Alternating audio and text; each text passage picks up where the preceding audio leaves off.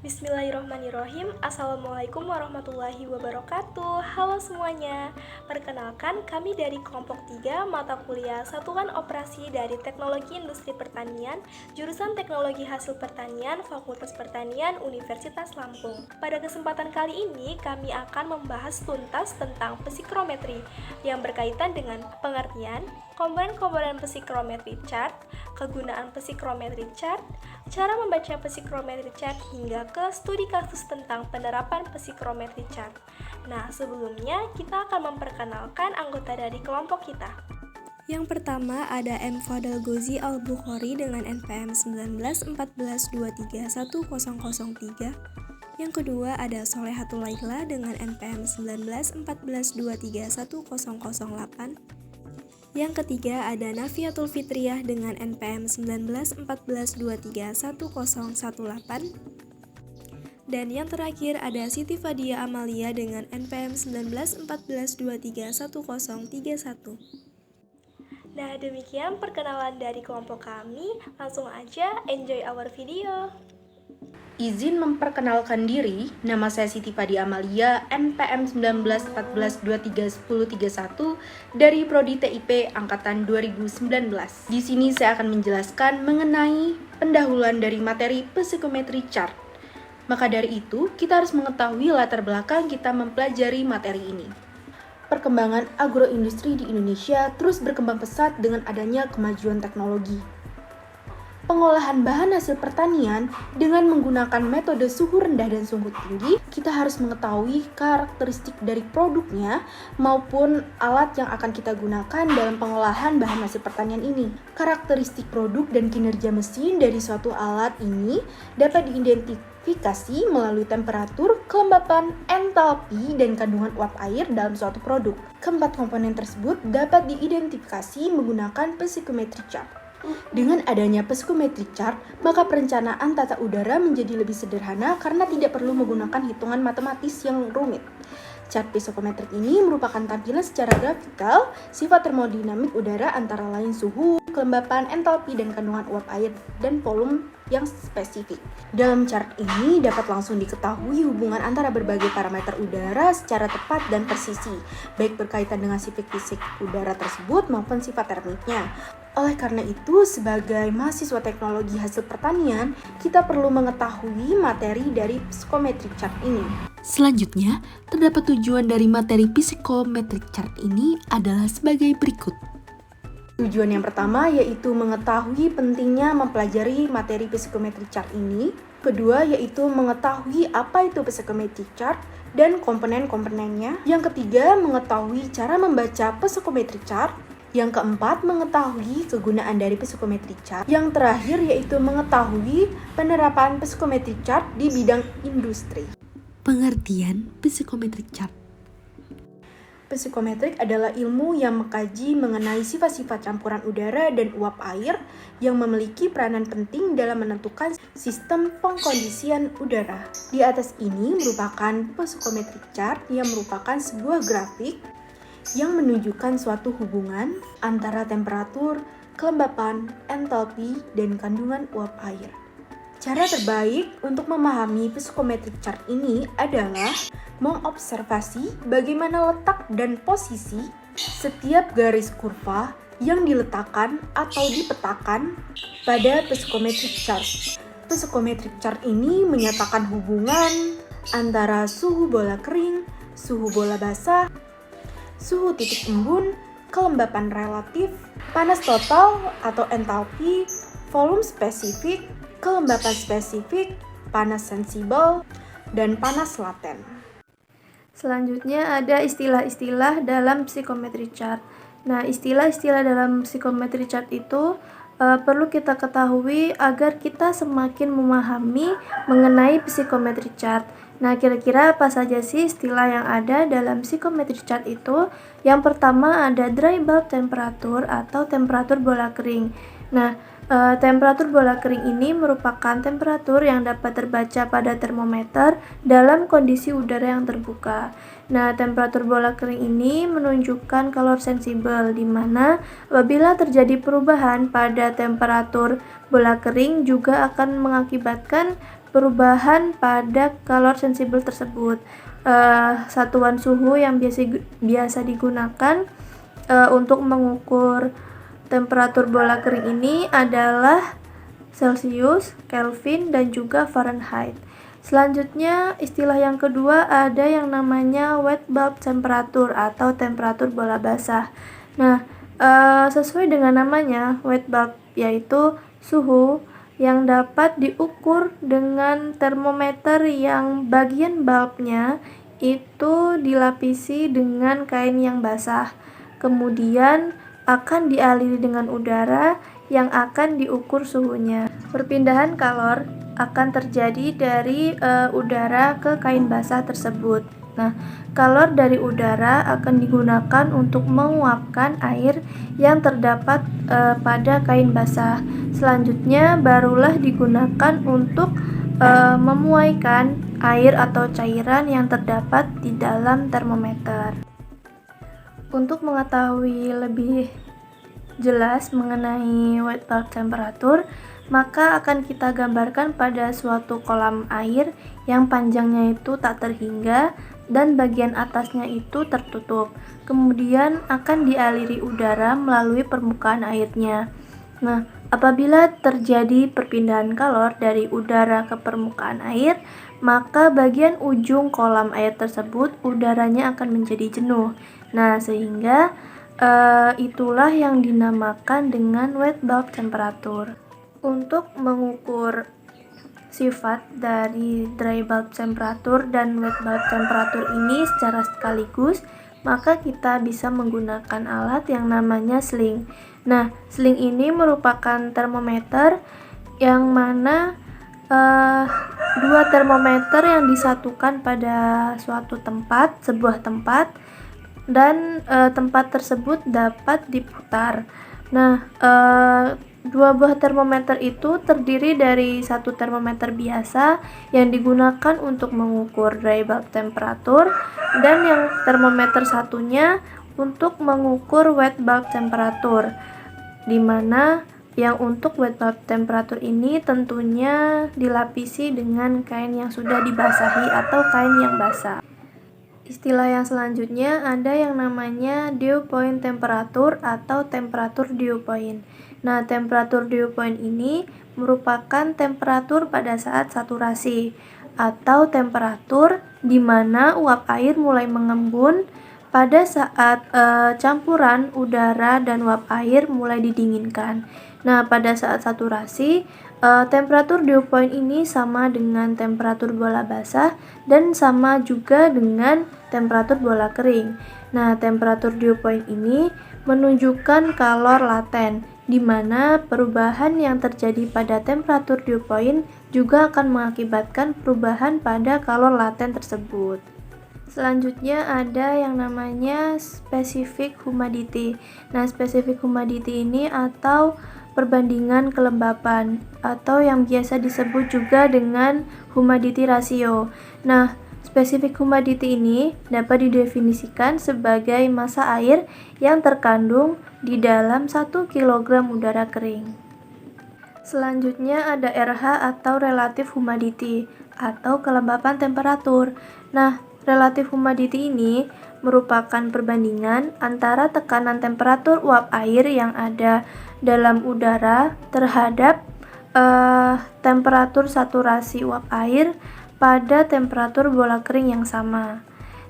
Selanjutnya ada specific volume atau volume spesifik. Nah, volume spesifik ini merupakan campuran dari udara dan uap air atau udara lembab yang terdapat dalam 1 kg udara kering. Kemudian yang terakhir ada yang namanya entalpi. Nah, entalpi ini merupakan kalor atau energi yang ada pada udara dalam setiap satu satuan massa. Nah, entalpi ini juga merupakan jumlah total energi yang terdapat pada udara tersebut, baik dari udara maupun uap air yang terkandung di dalamnya. Selanjutnya ada proses-proses yang akan dialami oleh udara pada saat perhitungan psikometri chart. Nah, pada diagram psikometri ada 8 proses yang akan dialami oleh udara. Yang pertama yaitu ada proses pemanasan atau heating, ada proses pendinginan atau cooling, ada proses pelembapan atau humidifying, ada proses penurunan pelembapan atau dehumidifying, ada proses pemanasan dan pelembapan atau heating dan humidifying, ada proses pemanasan dan penurunan pelembapan atau heating dan dehumidifying, ada proses pendinginan dan pelembapan atau cooling dan humidifying. Kemudian yang terakhir ada proses pendinginan dan penurunan pelembapan atau cooling dan dehumidifying. Nah, kemudian di sini ada beberapa kegunaan psychometric chart dalam dunia industri. Nah, kegunaan dari psychometric chart ini dalam dunia industri yang pertama yaitu mengetahui keefektifan kinerja mesin pendingin ruangan. Kemudian mengetahui keefektifan kinerja mesin pendingin produk. Selanjutnya yaitu mengukur keefektifan kinerja kincir angin sebagai penangkap udara. Selanjutnya mengukur keefektifan kinerja mesin pengering bahan hasil pertanian ataupun bahan hasil pertambangan. Dan yang terakhir yaitu mengukur atau mengetahui keefektifan kinerja dari oven pemanggang kue dan sebagainya. Saya Solehatul Laila. Di sini saya akan melanjutkan video pembelajaran tentang psikrometri yang telah dijelaskan oleh teman saya sebelumnya. Pada kali ini saya akan menjelaskan tentang cara membaca psikrometric chart. Mengulas sedikit tentang psikrometric chart adalah bagan yang menunjukkan sifat-sifat yang saling berkaitan dalam sistem udara uap air. Dalam chart ini akan dapat langsung diketahui hubungan antara berbagai parameter udara secara cepat dan persisi, baik yang berkaitan dengan sifat fisik udara maupun sifat termiknya. Pada psikrometric chart ini akan dinyatakan hubungan antara suhu bola kering, suhu bola basah, suhu titik embun, kelembapan relatif, panas total atau entalpi, volume spesifik, kelembapan spesifik, panas sensibel, dan panas laten. Nah, di sini disajikan contoh tentang psikrometric chart. Kurva psikrometrik dibatasi oleh dua sumbu tegak lurus dan kurva yang melengkung. Suhu ordinat horizontal merupakan skala temperatur bola kering. Suhu ordinat vertikal merupakan skala humidity ratio atau moisture content. Dan garis yang melengkung merupakan garis dari udara jenuh atau RH. Pada gambar ini disajikan berbagai parameter udara pada psikrometric chart. Yang pertama ada dry bulb temperature atau temperatur bola kering yang ditandai dengan garis tegak lurus berwarna merah. Yang kedua ada wet bulb temperature atau temperatur bola basah yang ditandai dengan garis berwarna biru. Yang ketiga ada relative humidity atau RH yang ditandai dengan garis melengkung berwarna hijau muda.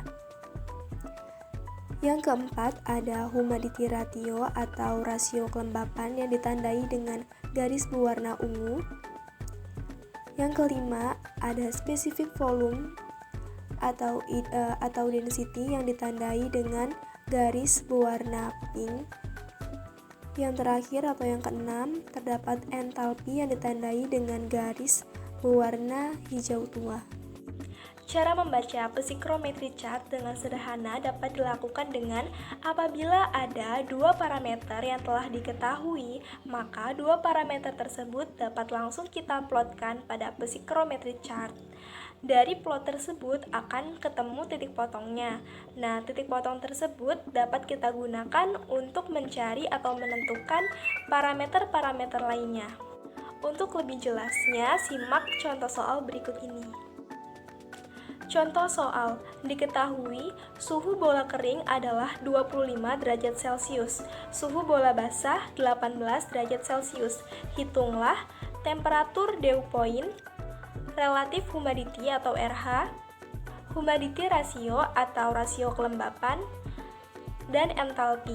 Baik, berdasarkan contoh soal yang telah dipaparkan, diketahui bahwa suhu bola kering adalah 25 derajat Celcius dan suhu bola basahnya adalah 18 derajat Celcius.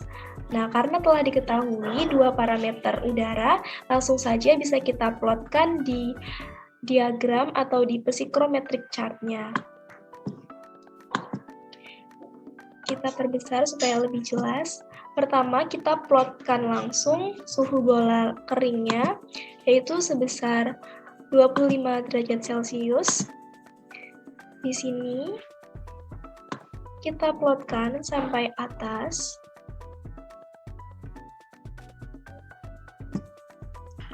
Kemudian kita beri tanda merah supaya lebih mudah untuk diidentifikasi. Setelah itu, kita plotkan garis bola basahnya, yaitu sebesar 18 derajat Celcius. Tempatnya adalah di sini, 15, 16, 17, 18. Di sini kita plotkan 18 derajat Celcius. Kita beri tanda berwarna ungu. Setelah itu, bisa langsung kita cari temperatur dew point atau temperatur titik embun. Sini kita tarik ke arah kiri.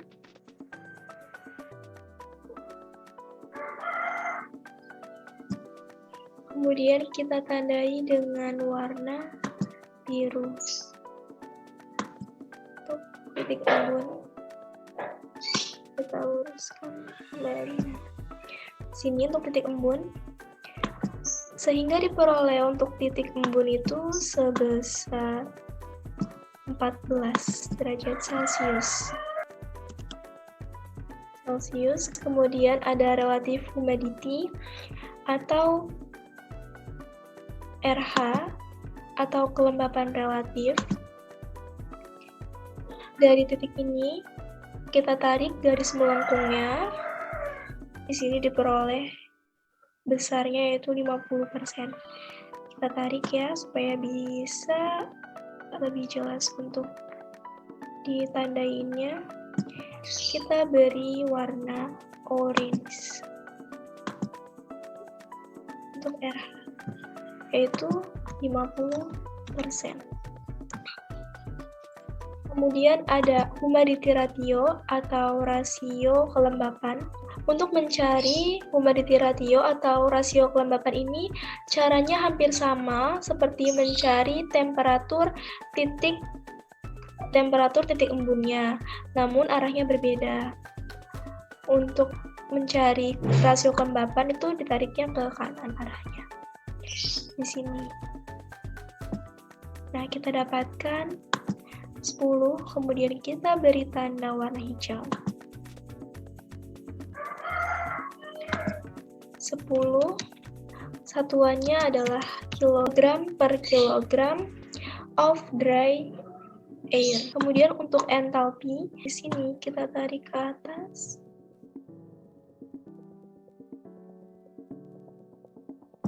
Kita peroleh entalpinya adalah sebesar 50,5.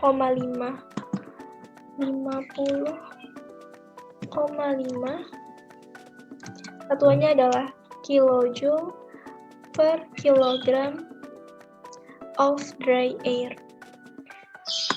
Nah, dari penyelesaian soal tersebut diperoleh bahwa pada suhu bola kering 25 derajat Celcius dan suhu bola basah 18 derajat Celcius diperoleh temperatur dew point sebesar 14 derajat Celcius, RH sebesar 50%, rasio kelembapan sebesar 10 kg per kilogram of dry air, dan entalpi sebesar 50,5 kJ per kilogram of dry air.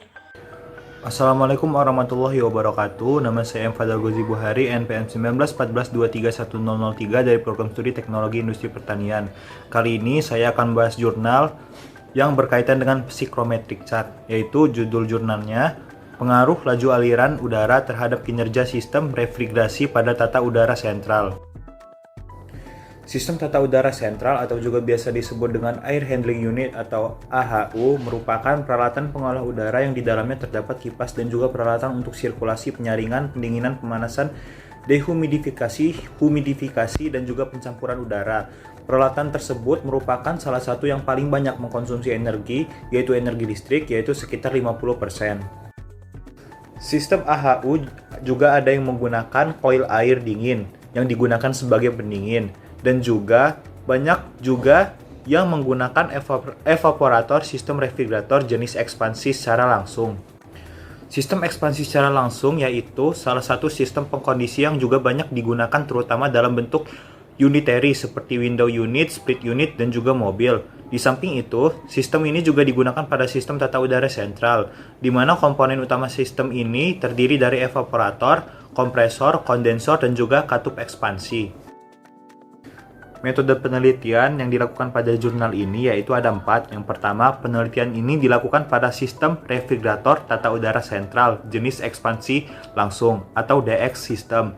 Dan yang kedua, parameter yang divariasikan adalah laju aliran udara dengan mengatur bukaan saluran udara atau biasa disebut dengan damper.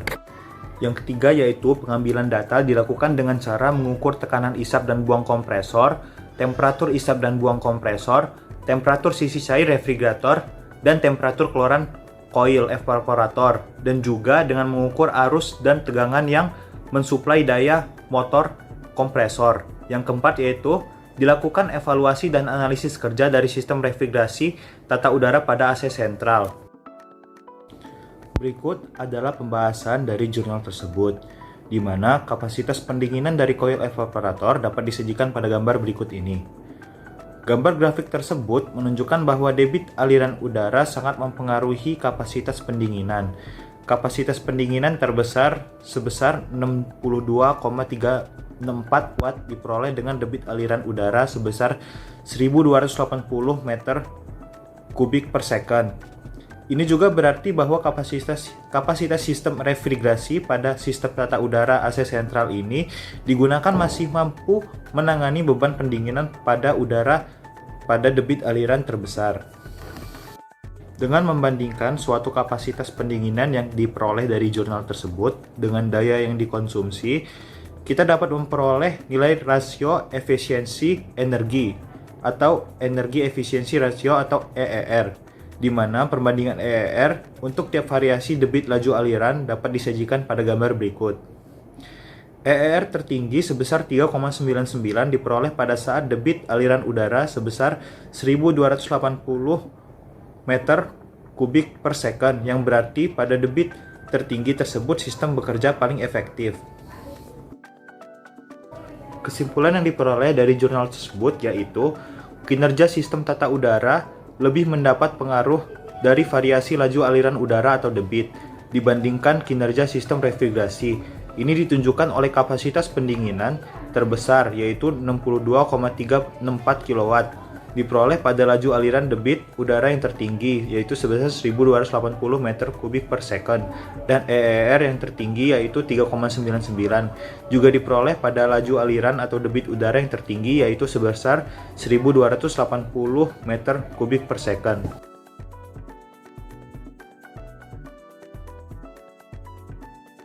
Mungkin sekian yang dapat kami sampaikan. Terima kasih banyak atas perhatiannya, dan semoga apa yang kami sampaikan dapat bermanfaat untuk teman-teman semua. Akhir kata dari kami, wassalamualaikum warahmatullahi wabarakatuh. See you.